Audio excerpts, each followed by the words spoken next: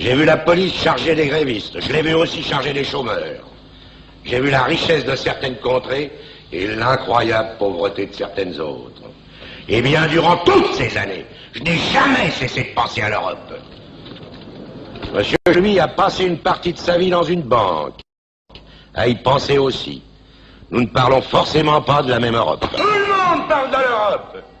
Mais c'est sur la manière de faire cette Europe que l'on ne s'entend plus. C'est sur les principes essentiels que l'on s'oppose. Et ce projet, je peux d'avance vous en dénoncer le principe.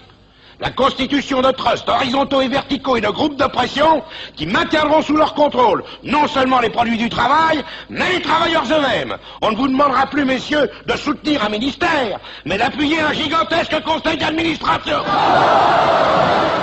Si cette assemblée avait conscience de son rôle, elle repousserait cette Europe des maîtres de forge et des compagnies pétrolières.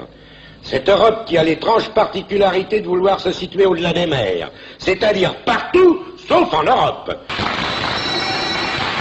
Il me paraît assez délicat. J'attendais cette protestation.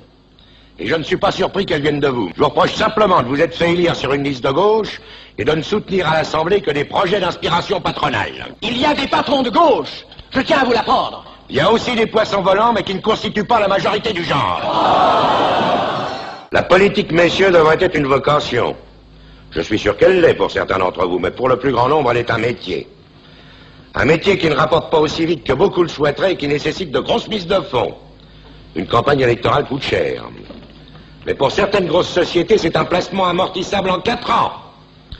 Et pour peu que le protégé se hisse à la présidence du Conseil, alors là, le placement devient inespéré. Les financiers d'autrefois achetaient des mines à Djelitzer ou à Zoa.